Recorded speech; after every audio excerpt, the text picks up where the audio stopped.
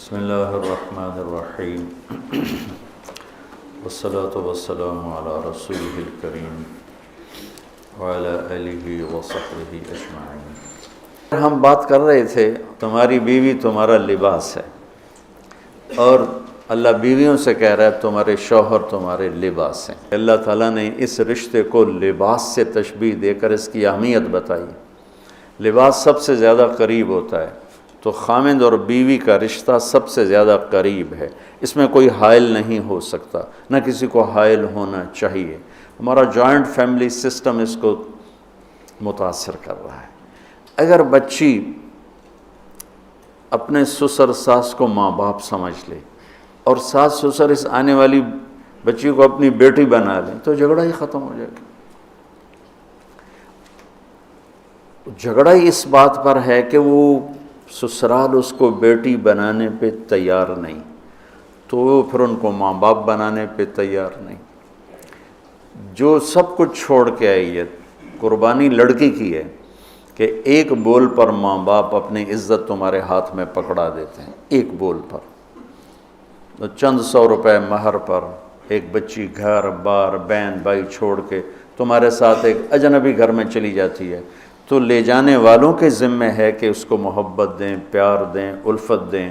کتنے زخم کھا کے آئی ہے، ماں کو چھوڑنے کا زخم، باپ کو چھوڑنے کا زخم، بہن بھائیوں کو چھوڑنے کا زخم، سہیلیوں کو چھوڑنے کا زخم، اپنی عادات کو چھوڑنے کا زخم، اپنی مرضیات کو چھوڑنے کا، کتنے زخم اٹھا کے وہ پہنچی ہے، اور آتا ہی اس پہ جوتا چلانا شروع کر دیں تو بیچاری پھڑکے گی نہیں تو اور کیا ہوگی۔ تو کتنا آسان حل ہے کہ اس آنے والی بچی کو بچے کے ماں باپ اپنی بیٹی بنا لیں، اور خامد اسے اپنا لباس بنا لے، اسے اپنا لباس بنا لے۔ لباس کی کتنی حفاظت کی جاتی، لباس کو کتنا احتیاط سے استعمال کیا جاتا، لباس کتنا شوق سے خریدا جاتا ہے۔ یہ باتیں ساری پہلے ہو چکی ہیں، میں دہرا رہا ہوں کہ یہ بہت اہم مضمون ہے، اور اس میں تباہی آئی ہوئی ہے، اور شریعت نے جتنے رشتے بتائے ہیں ان تمام رشتوں میں سب سے بڑا رشتہ خامند اور بیوی ہے۔ والدین کا بھی اتنا اہمیت قرآن نے نہیں بیان کی، بہن بھائیوں کی اتنی اہمیت بیان نہیں کی، کہ والدین کے لیے چند آیات، بہن بھائیوں کے لیے چند آیات، باقی رشتوں کے لیے چند آیات، اور خامند بیوی کے لیے سینکڑوں آیات ہیں، سینکڑوں۔ قرآن بھرا پڑا ہے کہ یہ رشتہ بچ جائے، چونکہ باقی رشتے ٹوٹتے نہیں، یہ ٹوٹ جاتا ہے۔ میرا باپ سے رشتہ، میری اطاعت اور فرمان برداری ہو یا نافرمانی ہو، میں اپنے باپ کا بیٹا ہوں۔ میں اپنی ماں کو تنگ کرتا ہوں یا خوش رکھتا ہوں، میں اپنی ماں کا بیٹا ہوں، یہ رشتہ نہیں ٹوٹتا۔ میری بھائی سے لڑائی ہے یا صلح ہے، یہ رشتہ نہیں ٹوٹتا، لیکن خامند بیوی کا رشتہ ٹوٹ جاتا ہے، ایک بول پہ ٹوٹ جاتا ہے۔ تو ایک بات رہ گئی تھی، لفظ لباس میں اشارہ ہے کہ والدین کو چاہیے کہ شادی میں اپنی بیٹی اور بیٹے کی پسند کا خیال رکھیں۔ یہ لفظ لباس بتا رہا ہے۔ کتنے بچے میرے پاس آتے ہیں، بچیوں کے فون آتے ہیں، ماں باپ زبردستی شادی کر رہے ہیں، میرا دل نہیں کر رہا لیکن وہ زبردستی کر رہے ہیں۔ تو اگر زبردستی کریں تو پھر مان جاؤ، قربانی دے دو، پھر بغاوت نہ کرو، قربانی دے دو۔ چونکہ ایک اس کے ضد میں انتہا کی بات ہو رہی، وہ ہے کورٹ میرج، کہ بعض بچے بچیاں اتنے باغی ہو جاتے ہیں کہ وہ عدالت میں جا کے اپنا نکاح کر لیتے ہیں۔ میں اس کو ٹھیک نہیں سمجھتا کہ ماں باپ کی دعائیں ہمیشہ کے لیے ختم ہو جائیں گی۔ ہمارے پرانے تعلق والے ذمہ دار گھرانے کی بچی کہا جی مولانا صاحب چلو ماں باپ جہاں کر دیں ٹھیک ہے، ہمارا سر جھکا ہوا ہے، اتنا تو دیکھ لیتے انسان کا بچہ ہوتا ہے۔ ایک شرابی کے ساتھ میری شادی کر دی، عمر گزر گئی میری روتے روتے، فیملی میں ہی کرنا تھا تو کوئی اور شریف بچہ دیکھ لیتے۔ مجھے صرف فون پہ کہا گیا کہ باسی تیری منگنی کر دیتی ہے تو فلانی تاریخ نو تیری شادی، اور وہ شرابی تھا میرا، آج تک وہ شراب پیتا۔ یہ وہ دکھتے ہوئے مسائل ہیں جن کو ہم دین کی روشنی میں دیکھتے ہی نہیں ہیں، اپنے رواج کی روشنی میں دیکھتے ہیں، ہمارا رواج کیا ہے، ہمارا دستور کیا ہے، اس پر ہم چلتے ہیں۔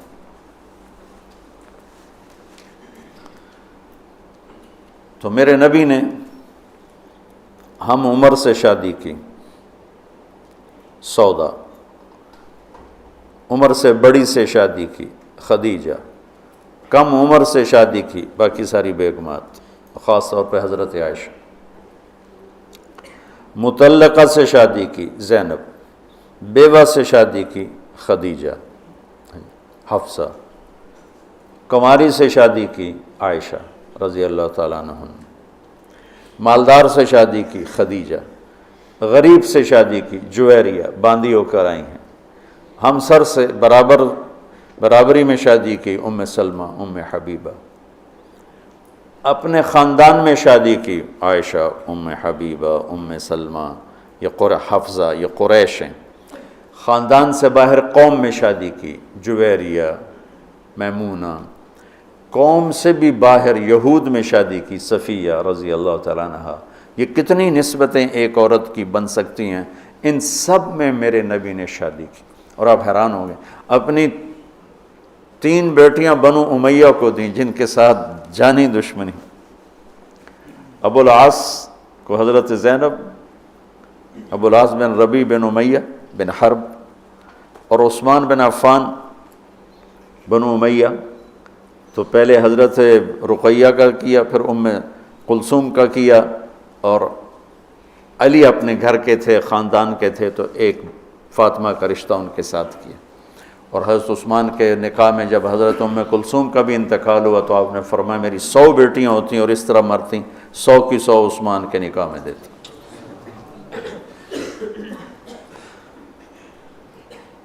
یہ معاشرت کے احکام کو اللہ روزے کے درمیان لے کر آئے، اوپر بھی روزہ ہے، نیچے بھی روزہ ہے، اور اس کے بیچ میں اللہ تبارک و تعالی ہمیں یہ دکھا رہا ہے کہ معاشرت عبادات کی طرح ہے، عبادت کی طرح ہے۔ معاشرت خوبصورت نہیں ہوگی تو ہمارا دین خوبصورت نہیں ہوگا۔ میں بیوی کو عزت نہیں دوں گا، دیکھو طنز کا بول ایسا جیسے کپڑے پھاڑ دینا، بے عزت کرنے کا بول ایسا جیسے کپڑے پھاڑ دینا۔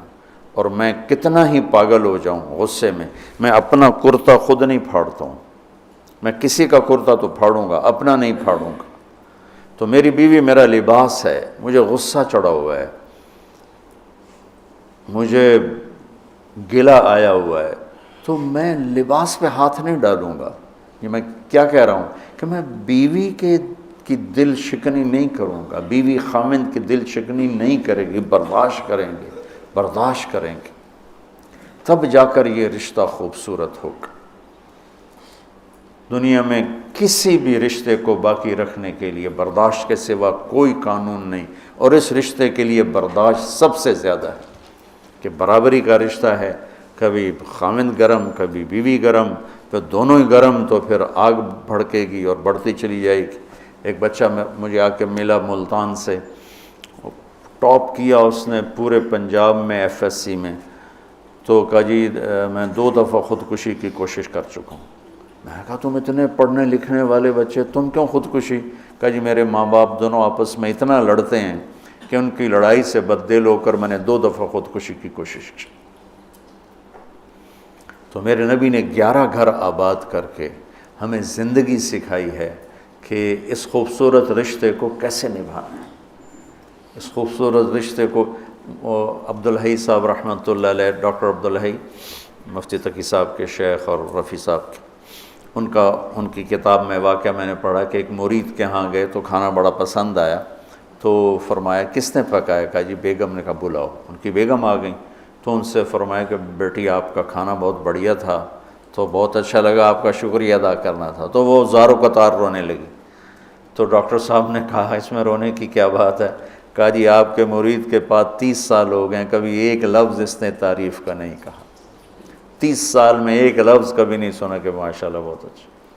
ایک دوسرے کی تعریف کرو، بیوی خامند کو دیکھے تعریف کرے، خامند بیوی کو دیکھے تعریف کرے، اچھا لباس پہنا ہے تعریف کرو، اچھا لباس پہنا ہے، بیوی کہ آپ بڑے اچھے لگ رہے ہیں، خاوند کہ آپ بڑی اچھی لگ رہی ہیں، اور ایک دوسرے کے لیے تیار ہو کے رہو. ایک تزینوا لنسائکم، اپنی بیویوں کے لیے زیب و زینت اختیار کرو. حضرت ابن عباس فرماتے ہیں کہ میں اپنی بیوی کے لیے خاص طور پہ زیب و زینت اختیار کرتا ہوں، چونکہ جیسے میری بیوی میرے لیے میک اپ کرتی ہے، میں اپنی بیگم کے لیے میک اپ کرتا ہوں. لباس دو کام کرتا ہے، ایک خوبصورت بناتا ہے، ایک عیب چھپاتا ہے. یہی کام اپنی بیوی کے لیے کرو، اس کے لیے زندگی کو خوبصورت بناؤ، اس کی کمیاں چھپاؤ. وہ خاوند کے لیے کرے کہ اس کی کمیوں کو چھپائے، اس کی زندگی کو خوبصورت بنائے. تب یہ سارا کچھ لفظ لباس ہے. تیسرا دن ہو چکا ہے میں آپ کو لباس لباس لباس پر، کہ یہ بہت اہم مضمون ہے. آپ سب اب فارغ ہونے والے وقت کے زیادہ قریب ہو چکے ہو، ابتدائی سالوں سے آگے انتہائی سالوں میں آگے. آپ سب کی بہت سو کی شادی ہو چکی، بہت سو کی انشاءاللہ اب سب کی ہو جائے گی. ہاں کرو، لیکن جو میں سبق یاد دلا رہا ہوں اسے یاد رکھنا. بچوں، حسن سلوک کے بغیر کوئی گھر آباد نہیں رہ سکتا. اچھے اخلاق کے بغیر کوئی گھر آباد نہیں رہ سکتا. پھر اللہ تعالیٰ نے تشبیہ دی ہے، نساؤکم حرث لکم فأتوا حرثکم انا شئتم وقدموا لانفسکم. تمہاری بیوی تمہاری کھیتی ہے. کیا تشبیہ ہے خوبصورت دوسری، وہاں لباس یہاں کھیتی. میرا زمیندار گھرانے سے تعلق، لہذا بچپن سے کھیتی کو ہوتا بھی دیکھ رہے ہیں اور کیسے اس پہ جان لگتی وہ بھی دیکھ رہے ہیں. میں نے فزیکلی زندگی میں 4 مہینے زمیندارہ کروایا تھا 1984، یعنی پورے پروسیس سے گزرا. جیسے ایک مزدور کرتا ہے ایسے اپنے مزدوروں کے ساتھ مل کر. کتنی خوبصورت تشبیہ ہے. فصل کو ڈنڈے مارتے ہیں، کپاس کو دیکھا کوئی ذمہ دار ڈنڈوں سے کوٹ رہا ہو یا گالیاں دے رہا ہو، کنوں پہ پھل نہیں لگا تو ڈنڈا اٹھا کے چلا رہا ہو. فصل کو کتنے پیار سے پروان چڑھاتے ہیں. جس وقت میں فصل کی جو ضرورت ہوتی ہے کس طرح مہیا کرتے ہیں. میں نے وہ 4 مہینے زمیندارہ کیوں کیا؟ پچھلے 3 سال ہماری فصلیں سب فیل ہو گئی اور قرضے یہاں تک چڑھ گئے. ہمارے پاس کوئی جمع پونجی تاجروں کی طرح تو ہوتی نہیں، یہاں تک چڑھ گئے. تو میں نے چھٹی لی رائمنڈ سے 4 مہینے اور اپنا زمیندارہ خود سنبھالا، کہ مجھے ڈر لگا کہ اگر اس دفعہ بھی ہماری فصل نہ ہوئی تو پھر زمین بیچ کے قرضہ دینا پڑے گا. تو 3 سال کے پیچھے قرضے چڑھے ہوئے، تو میرے پاس تو پیسہ ہی نہیں تھا کہ میں کھاد کیسے لوں، سپرے کیسے لوں، ڈیزل کیسے لوں. لیکن جس وقت کپاس کہتی پانی چاہیے، میری جیب میں پیسہ نہیں، میں بھاگ رہا ہوں، کہیں سے ادھار پکڑ رہا ہوں، کہیں سے کوئی پلاٹ بیچ رہا ہوں، کوئی درخت بیچ رہا ہوں اور اس کو پانی پلانے کے لیے انتظام کر رہا ہوں. وہ کہتے ہیں مجھے کھاد چاہیے، تو میں بلاتا فوری طور پہ، یہ ٹالی بیچنی ہے بھائی. ٹالی کا درخت ہوتا ہے نا، ککر بہت زیادہ تھے. میرے والد صاحب کو درختوں کا بڑا شوق تھا، تو بے شمار کھڑے تھے. تو 1-2 بیچے، چلو بھائی کھاد لے آؤ، وہ لے آؤ، سپرے لے آؤ. میں نے کسی جگہ یہ نہیں کہا کہ میرے پاس پیسے نہیں تو میں کھاد کیسے لوں، میں سپرے کیسے کروں. نہیں کرتا، نہیں. جو میری کپاس نے مانگا میں اس کو دیتا رہا، میں اس کو دیتا رہا، میں اس کو دیتا رہا. اور اوپر کھڑے ہو روزہ جون میں 15 ایکڑ میں ٹریکٹر کے ساتھ بھاگتا تھا روزہ رکھ کے. اب تو سردرد نے مجھے گرا کے رکھ دیا ہے. 15 ایکڑ جون میں ٹریکٹر کے پیچھے بھاگ رہا ہوتا تھا. وہ گوڈی کر رہا ہے تو کہیں کوئی پودا نہ اکھڑ جائے، وہ بیج گرا رہا ہے تو کہیں کوئی بیج وہ کہیں پھنس نہ جائے اور وہ زمین خالی رہ جائے. جتنی ایک کھیتی کی محنت ہے اس کا 100واں حصہ بیوی کے ساتھ اخلاق بنا لو تو آپ کی فصل برابر ہو جائے. نساؤکم حرث لکم، اگر درخت نے پھل نہیں دیا تو میں کٹواتا نہیں ہوں، میں اس کا علاج کرتا ہوں، میں اس کا مرض ڈھونڈتا ہوں. پچھلے سال ایک آم کا پودا پھل نہیں دے رہا تھا، تو مجھے تو اب اتنی سمجھ نہیں، تو میں نے اپنے دوست کو بلایا، میں نے کہا یار ذرا اس کو دیکھو، اس کو کیا مسئلہ ہے، یہ پھل نہیں دے رہا ہے. تو اس نے اس کا علاج بتایا کہ اس کا یہ کریں یہ کریں یہ کریں. تو پھل نہیں دیتی تو میں پریشان ہوتا ہوں، اور میں اس کی خدمت کرتا ہوں، خدمت بڑھاتا ہوں. اب اس کو آپ رشتوں پہ اس رشتے پر فٹ کرتے جاؤ کہ بھائی تمہاری بیوی بہت بدتمیز ہے، تو سمجھو درخت ہے پھل کوئی نہیں. تو اب وہ پانی مانگے تم پانی دو، وہ محبت مانگے تم محبت دو، وہ روٹی مانگے تم روٹی دو، وہ لباس مانگے تم لباس دو.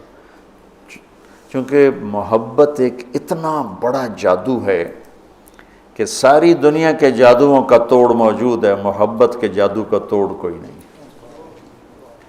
بادن ہوا کا صبرت ام لم تصبرا وبکا کا علم یجر دمع کا اوجرا امر الفؤاد لسانہ وجفونہ فکتمنہ وکفا بجسم کا مخبرا. محبت کا جادو سر چڑھ کے بولتا ہے. پھر کوئی کھیتی ایسی نہیں جس میں گندی جھاڑیاں نہ پیدا ہوتی.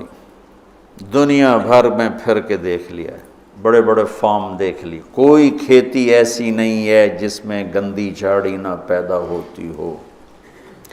کوئی خامند بیوی کا رشتہ ایسا نہیں ہے جس میں اونچ نیچ نہ ہوتی ہو.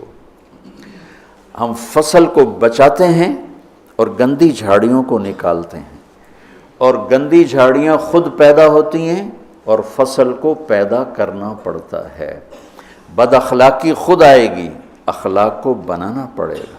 غصہ خود آئے گا، ضبط کو بنانا پڑے گا. زبان تیز خود ہوگی، اسے ٹھنڈا کرنا پڑے گا. طبیعت میں نفرت پیدا ہوگی، اسے محبت میں بدل. یہ سب گندی جھاڑیاں ہیں. خامند اور بیوی کھیتی سے تشبیہ ہے، تو زمین کیا ہے؟ دل ہے. اور گندی جھاڑیاں کیا ہیں؟ تانے، بولیاں، نفرت، غصے، مار پٹائی، کبھی خامند کی طرف سے، کبھی لڑکی والوں کی طرف سے، کبھی لڑکے والوں کی طرف سے، کبھی سسرال کی طرف سے، کبھی ساس سسر کی طرف سے، کبھی بھائی بہنوں کی طرف سے. ایک بچہ بتا رہا تھا کہ میرا باپ میری ماں کو مارتا تو میرے چاچا بھی آ کے مارنا شروع کر دیتے. جن کنبختوں کا اس کے ساتھ کوئی رشتہ ہی کوئی نہیں، کہ وہ میری ماں کو مارتا میرا باپ، تو میرے چاچا بھی آ کے ساتھ ہی اپنے بھائی کے میری ماں کو مارنا شروع کر دیتے تھے. یہیں کی کہانی سنا رہا. تو گندی جھاڑیوں سے پاک کوئی فصل نہیں ہو سکتی. انہیں مارنے کے لیے الگ دوائیں ہیں، الگ محنت ہے، الگ کوشش ہے، اور پھر آہستہ آہستہ فصل کی حفاظت ہے اور گندی جھاڑیوں کو نکالنا ہے، یہاں تک کہ فصل پروان چڑھ جاتی ہے. اسی طرح میرے بچوں، یہ غصہ، یہ نفرت، یہ بغض، یہ آپس کی عداوت، یہ وہ گندی جھاڑیاں ہیں، انہیں نکالنا پڑے گا.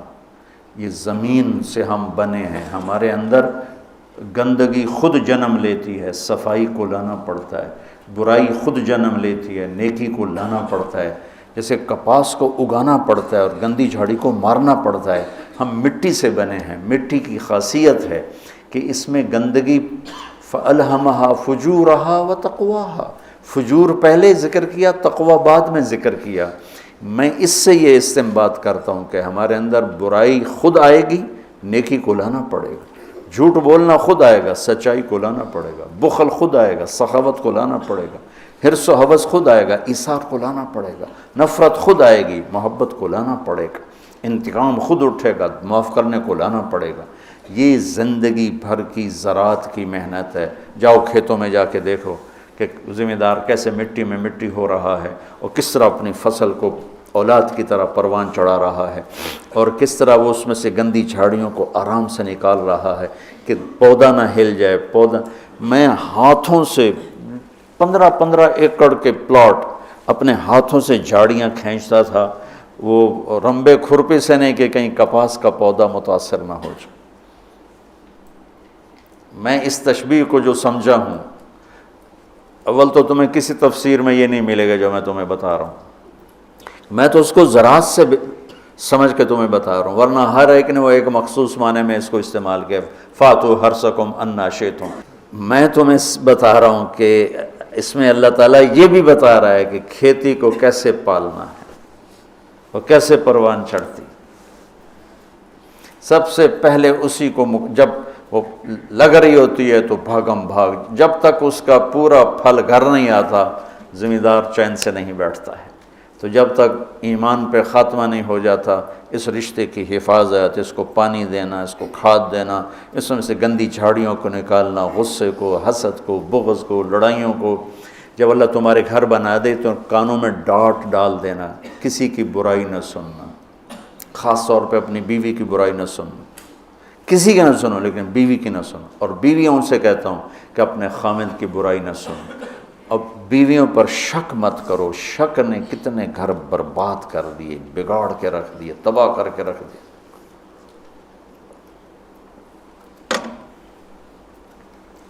اعتماد کرو۔ نکاح کا ایک مطلب ہے عورت پر مرد کا اعتماد کرنا۔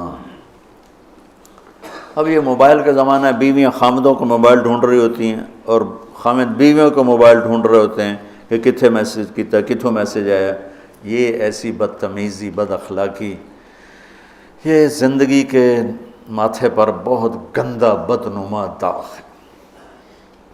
میں قربان جاؤں اپنے نبی کی سن، جو حضرت عائشہ پہ تہمت لگی کوئی ایسے نہیں لگی، بہت بڑی حکمتیں تھی پیچھے، اور سارا ماحول متاثر ہو چکا ہے، وحی بند ہے، اور میرے نبی کہہ رہے ہیں عائشہ کوئی غلطی ہوئی ہے تو توبہ کر لو، اللہ معاف کر دے گا۔ ذرا اپنے آپ کو یہاں خود اپنے آپ کو بٹھا کے سوچو۔ میں قربان جاؤں، کیا ظرف ہے میرے نبی کا، عائشہ کوئی غلطی ہوئی ہے تو توبہ کر، اللہ معاف کر دے گا۔ یہ نہیں کہ غلطی بتا میں تمہیں ابھی طلاق دیتا ہوں، ابھی تیرا سر اتارتا ہوں۔ کتنی بچیاں شک کی بنیاد پہ ذبح کر دی، لڑکے شادیاں کر کے زنا کرتے ہیں، اور بچی سے پر شک پڑ جائے تو اسے جان سے مار دیتے۔ لڑکا گناہ کرے، لڑکی کرے، دونوں ہی بشر ہیں، دونوں ہی انسان ہیں، اس سے بھی خطا ہو سکتی، اس سے بھی ہو سکتی۔ بیٹی سے خطا ہو جائے تو غیرت پہ زد پڑ گئی لہذا اسے ذبح کر دو، اور بیٹا شادیاں کر کے بھی منہ کالے کرتا رہے تو کوئی نہیں جی چھوڑ چک کرنا۔ یہ میرے ماحول کے آگ ہے جو بھڑک رہی ہے، کسی سے بھی خطا ہو سکتی، بشر ہے، یہ بھی بشر ہے، یہ بھی بشر۔ اور میرے نبی، میں قربان جاؤں، واہ یا رسول اللہ، واہ یا رسول اللہ، واہ یا رسول اللہ۔ عائشہ اگر کوئی کمی ہوئی ہے تو توبہ کر لے، اللہ معاف کر دے گا۔ اللہ اکبر، سوچو تو صحیح، اس سے زیادہ کوئی عورت کو کون عزت دے گا؟ کہ آپ نے ان کو ایک بشر سمجھ کے کہا، ہوئی ہے کوئی کمی تو توبہ کر، اللہ معاف کر دے گا، نہیں ہوئی تو اللہ تیری شان میں کچھ نہ کچھ ضرور تیری صفائی دے گا۔ اسی وقت پھر اللہ نے جبریل کو اتارا۔ کشاف والے کیا ہیں، جار اللہ، وہ کہتے ہیں کہ پورے قرآن میں اللہ اتنا غضبناک ہو کے نہیں بولا جتنا ان 11 آیات میں غضبناک ہو کے بولا۔ اتنا کفر کے خلاف بھی اللہ غصے میں نہیں بولا جتنا ان میں بولا ہے۔ اب شیخ رمضی جیسے ڈھونڈیں کہ وہ غصے والا اظہار کیا ہے، میں نے تو خالی پڑھا ہے، تو میں نے اس کو ڈھونڈنے کی کوشش بھی کی کہ بھئی وہ کیا چیز ہے جو یہاں ہے اور کفار کے، فرعون کے لیے بھی نہیں، حامان شداد کے لیے بھی نہیں، جو تہمت لگانے والوں کے خلاف اللہ تعالیٰ نے غیظ و غضب کے ساتھ بات کی ہے۔ تمہاری اس سے زیادہ میں گھر کی مثال اور تمہیں کیا پیش کر. عائشہ اگر کوئی ہوا ہے تو توبہ کر لے، اللہ معاف کر دے. سبحان اللہ. پھر اللہ نے اسی وقت آیت کو اتار دی. تو آپ نے ماتھا پہ پسینہ تھا، مسکرائے. عائشہ مبارک ہو، اللہ نے تجھے بری و ذمہ قرار دے دی. ام رومان کہنے لگی اٹھو، اللہ کے رسول کا شکر ادا کرو. کہ نہیں، اس کا شکر ادا کریں گی جو میری گواہی دینے آیا، جو میری گواہی دینے آیا. تو یہ گھر کی زندگی کے وہ مسائل ہیں بچوں جس میں پوری امت اس وقت مبتلا ہے، خاص طور پر میرا ملک بر صغیر. میں چاہتا ہوں تم سیرت مبارکہ سے اثر لو، اللہ کے واسطے قرآن سے جڑو، سیرت سے جڑو. میرے نبی نے کیا کیا؟ سیرت سے جڑو، قرآن سے جڑو. تو میں چاہتا ہوں دنیا سے جانے سے پہلے اللہ میرے ذریعے سے ایک ایسا طبقہ تیار کر دے جو قرآن سے جڑا ہوا، جو حدیث سے سیرت سے جڑا ہوا. ایک ہے فقہ الحدیث، فقہ السنہ، ایک ہے فقہ السیرہ. میں یہ چاہتا ہوں، فقہ السیرہ چاہتا ہوں. فقہ السنہ پہ تو بہت کام ہو چکا ہے، بخاری، مسلم، نسائی، ابو داؤد، یہ سب فقہ السنہ ہے.